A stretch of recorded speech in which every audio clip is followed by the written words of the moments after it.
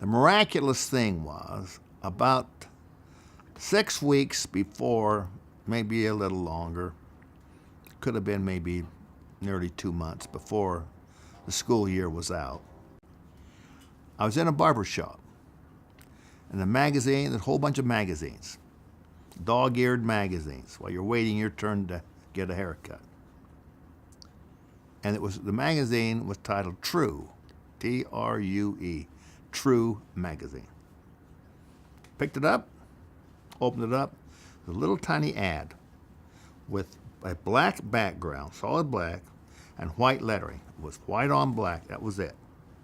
So it popped off the page, and it just said, Stuttering Cured. Benjamin N. Bogue Institute, Indianapolis, Indiana. Gave the address, Circle Tower, blah, blah, blah. And then it said, send for free booklet. I took that magazine and I ran out of that barbershop. And I ran to my little apartment, and there were 6 of us, all from Idaho Falls. I was the only freshman. And I shot a letter off to the Benjamin M. Bogue Institute. A package came back. It consisted of testimonials, along with the situation, which was $1,000 to enter into the school. But the $1,000 would hold as long as you wanted to stay. If you wanted to stay 2 months, it's $1,000. If you want to stay 6 months, it's $1,000. But you pay for your own board and room, and they have a place for you to stay. Well, these letters came back of various people who had overcome their impediment through the Bogue Institute's methodology of dealing with stuttering. I got so excited that I hitchhiked home, and I showed this magazine along with its ad to my parents. Well, immediately my mother, being who she is, she starts to call these universities that she had called earlier. They all concurred that this was a school of quackery, that Benjamin M. Bogue cannot cure stuttering because stuttering cannot be cured. And all he'll do is take the money. He's a fake. He has no diplomas. He's not certified. He hasn't gone through the strictures of the college program to deal with stuttering and to avoid him at all cost. Well, my mother and dad met with me, and this was about a week later, and they said, Doug, we are against this program.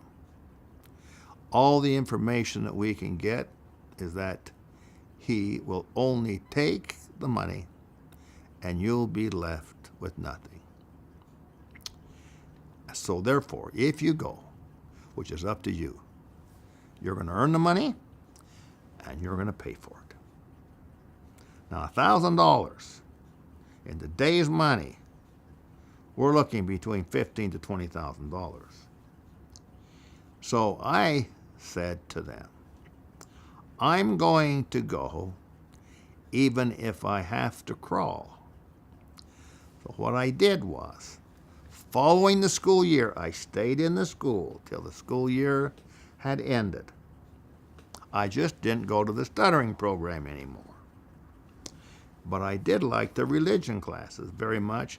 But the class I loved the most was Glenn Turner, the teacher instructor of watercoloring. He also taught oil painting.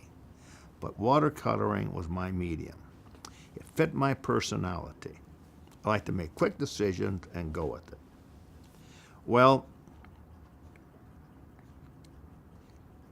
Don Bybee, my mouthpiece, we went to work.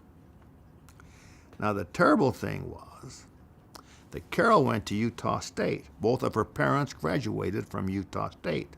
She's from a very educated family in those days, exceedingly so.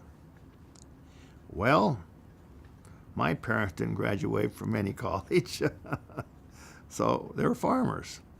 My mother was proud to be a farmer. She loved being a farmer. She liked she liked just the work of it. She liked it. But she was highly educated because she was so driven, and she was, as I've already mentioned, she was an avid reader. Boy, did she read, and she knew what to read. Well, Carol and I meet. We just can't wait to meet with each other. She's from Utah State. I'm from BYU. BYU let out a little bit earlier. So Don Bybee and I, we were in the flow of trying to get business where we could make some money so I can go to the Stuttering school. That was the whole objective. Now, she comes home. I don't know what happened. She doesn't know what happened. But she found out that I had a real strong will because we broke up. And this time, Joy's heart was in the middle of all the previous breakups, was not in play in this situation. Little Joyce, who lived across the street, was no longer part of the program. I never called, nor did I inquire one thing about Carol. I only had one goal.